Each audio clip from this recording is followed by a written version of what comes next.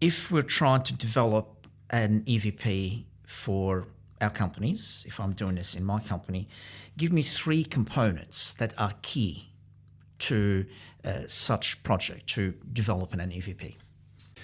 Well, I think the 3 top ones would be time, information, and relationships. So firstly, time. We generally find we've been into a lot of organisations where they've already spent a year trying to do the EVP projects, and most of the research has already become obsolete. They've got stuck in the middle of the gap between research results and articulation and analysis and solutions and conclusions, and then they struggle to get to the creative stage, and then they struggle to get to the rollout stage.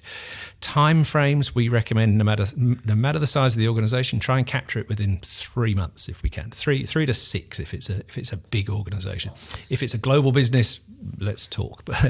But your average Australian employer, we can contain and should contain this to a 3 to 6 month period. That means we've got momentum, we've got consistent decision makers all the way through the project, and it does roll out. And it gets rolled out, and people remember it. And the people who are there and excited at the start are usually there and excited at the end. Time is 3 months. Next point. Next point is stakeholders. So getting the right people on board at the start, and obviously this is going to be leadership.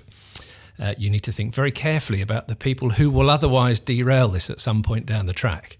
So think about the influential people in the organisation, and don't just get the people around the table who cheer and wave when you mention the phrase EVP. Give us an example here, what we're talking about. So a particular stakeholder, and why, if they are not on board, it can be a disaster. Okay, so, one example. So leadership team first. Leadership, someone has to support this and endorse this in the organisation. Usually the CFO is generally a good idea to have the CFO on board if she or he sees this as a business critical idea or a business critical initiative.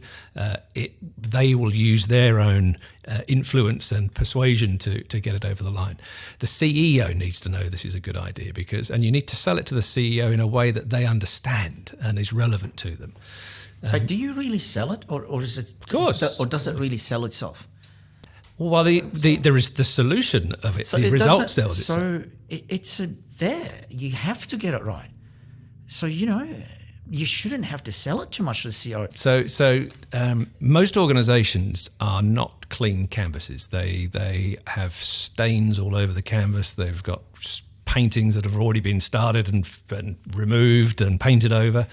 Very often in an organisation, an EVP has already been attempted, and if it's been attempted poorly, without help and without a strategy and without proper internal support, and it's failed, it's covered in dog hair and chewing gum, and it will become an unpopular phrase in the organisation. Very often you'll hear, well, we did our EVP 2 years ago and nothing happened. It had no impact, so I'm not about to do that again. Got it. That's common. Become numb to it a little. But worse than numb, people become averse to it because it had a negative. It wasted everyone's time and came up with an inaccurate solution. Now, if you haven't got that, that's great. If we haven't got that, and yes, the leadership team do understand that the engagement, the attraction and engagement of the best possible talent available is probably one of their top 3 priorities as a leadership team, then we're halfway there. But we still have to agree on the methodology and how we go about doing this, because to do it properly involves pretty heavy research. It certainly involves external help. Involves a lot of time from the leadership. Each of the leadership team need to be interviewed.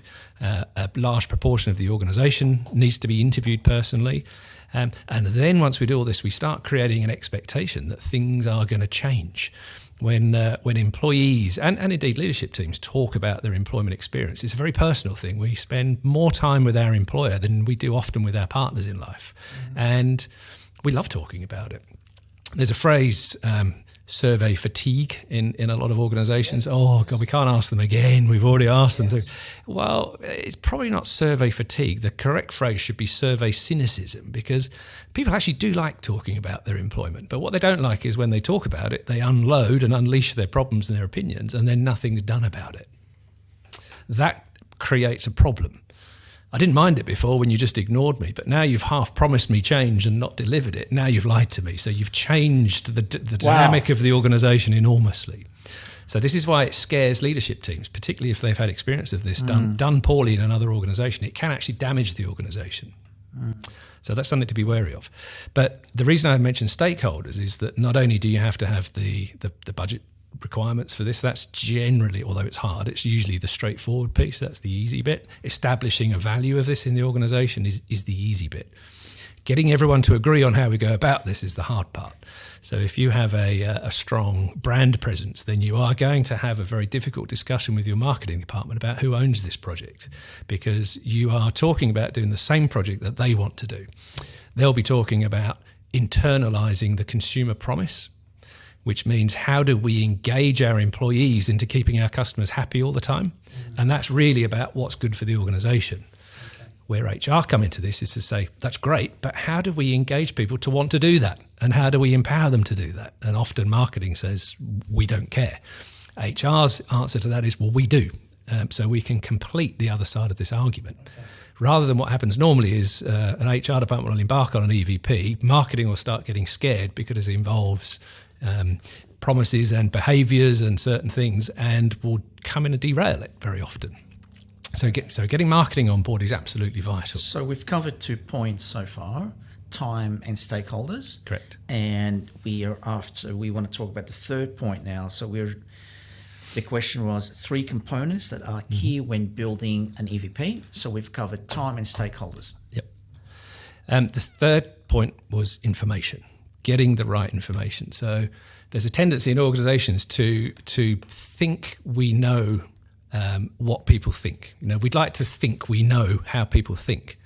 Just ask the CEO. They know what everyone thinks in the organisation. Ask marketing, ask HR.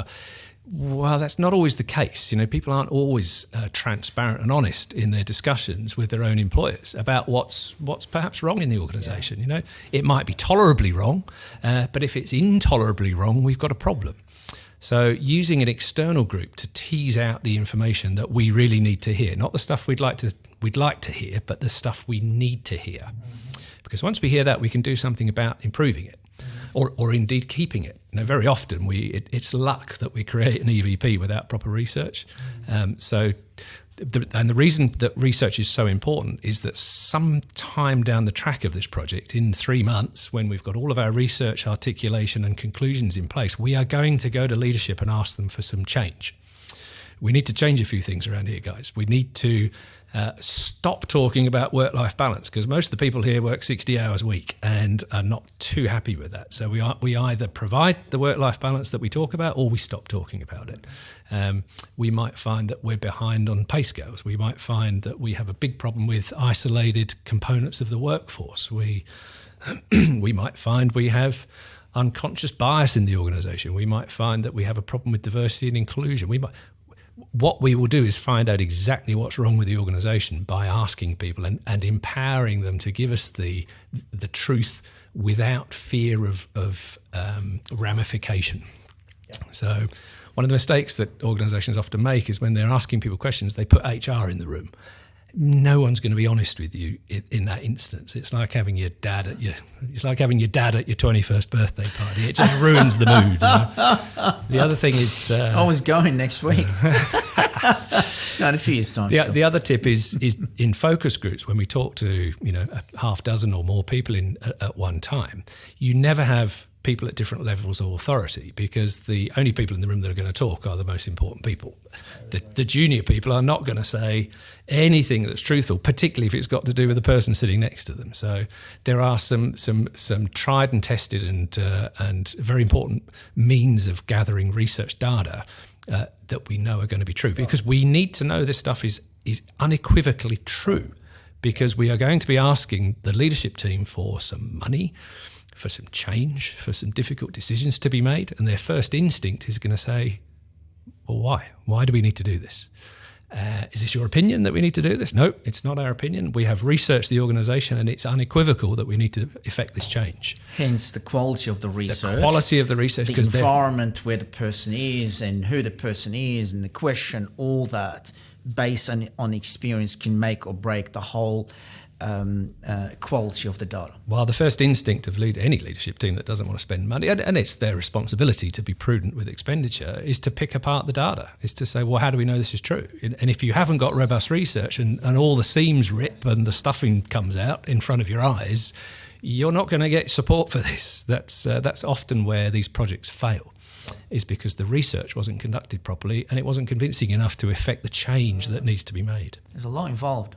Huge. Well, very fascinating. Not when you know what to do. There isn't. And hence why you've been saying for years, people like yourself have been saying for years, recruitment is marketing. I mean, that's one aspect of why you would say that, but I can see now the parallel. When you're doing any research about, for example, a product, whether people like the product, you get them into an environment where they taste it or play with it, etc. There's so many rules about how to conduct those kind of research.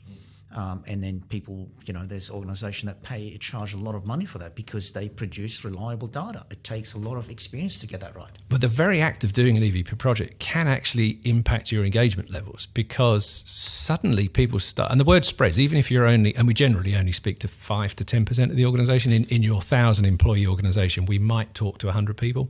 We'll talk to all of the leadership team. We will talk to people at different levels of tenure within the organisation, from new starters to people who've been there a little longer.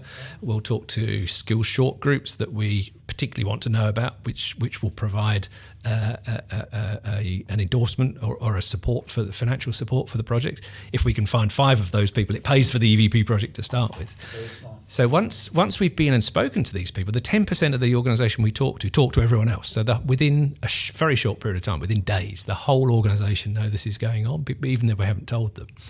Which obviously creates an expectation. Something's going to change, hopefully for the better.